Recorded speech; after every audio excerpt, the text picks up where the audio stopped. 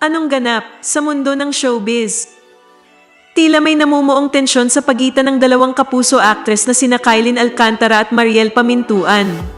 Sa video kasing ibinahagi ni Mariel sa kanyang TikTok account na may pamagat na Confession of a Starlet.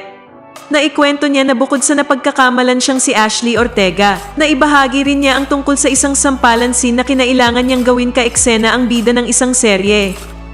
Gina G umano ang ka-eksena niyang bida na sumampal sa kanya kaya halos humiwalay daw ang kaluluwa niya sa kanyang katawan. Action! O di ginawa ko, sampal ko. Tapos, yung bida talaga, Gina G sa akin. Talagang, nakikita ko siya, slow-mo. Ganyan, sabi ko, ay po, mukhang malakas to ah. Tapos gumana na sa mukha ko, talaga. Yung tenga ko nayanig, yung kaluluwa ko naiwan dun sa sa set. Nagpalit na ng setup. Cut! Nandun pa rin yung body and soul ko. Bagamat walang nabanggit na pangalan si Mariel, nagkaroon ng espekulasyon ang mga netizen na si Kylin ang tinutukoy niya sa nasabing video. Lalo na nang maispatan ng mga netizen ang tugon ni Kylin sa komento ni Mariel na PS, nireshoot yung sampalan scene. Medyo nakaganti naman ako kahit paano. Ang say ni Kylin, bakit di niyo po mention pangalan ko, Madam Mariel? Pero sa kasalukuyan, hindi na mababasa pa ang nasabing comment dahil burado na ito. Matatanda ang nagkasama ang dalawa sa teleseryeng Love is Love at First Read ng GMA Network. Samantala, wala pang kumpirmasyon mula kay Mariel kung si Kylin ba ang tinutukoy niya sa sampalan scene o ang artistang nagmura sa kanya sa throw lines. Wala pa ring pahayag si Kylin kung ano ang ibig sabihin ng kanyang komento kay Mariel. Anong masasabi mo sa balitang ito? Anong ganap sa mundo ng showbiz? Nakuna ng kamera ang paghalik ni Mavi Legaspi kay Kylin Alcantara. Matatanda ang napapabalitang may something na ang dalawa. Hindi rin itinatanggi ng ina ni Mavi na si Carmina Villaruel na boto siya kay Kylin para sa kanyang anak.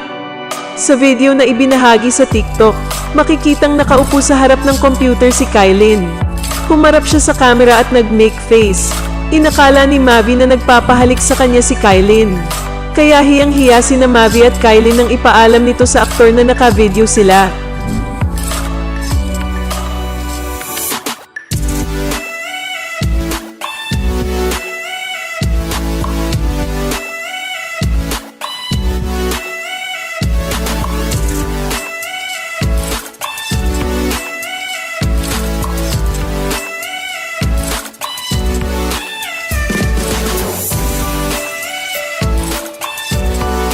Anong masasabi mo sa balitang ito?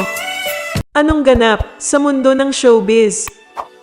Sinagot ni Kapuso star Kylin Alcantara ang tanong ng isang netizen kung in a relationship na ba siya. At ang itinuturong karelasyon ay ang anak na lalaki ni Carmina Villaruel at Zoren Legaspi na si Mavi Legaspi. Ipinaliwanag ni Kylin na ang kanilang relasyon ay sila lamang ang makapagpapaliwanag. Para daw itong friendship na may ibang level. Is it true that you two are in a relationship? It's a yes. It's a yes. It's like friendship na relationship, guys. There are a lot of types of relationship. And kung ano meron kami ngayon, it's really our own. Saad ni Kylin sa kanyang latest vlog kung saan sinagot nila ni Mavi ang mga tanong sa kanila ng mga netizen. Lagi raw nasa tabi niya si Mavi lalo na sa mga oras ng pangangailangan. Kitang-kita naman ang pighil na pagngiti at pagkakilig ni Kylin sa kanyang mukha. Magkatambal ang dalawa sa teleseryeng I Left My Heart in Sorsogon na pinagbibidahan ni Heart Evangelista, Paolo Contis at Richard Yap na napapanood sa GMA Telebabad.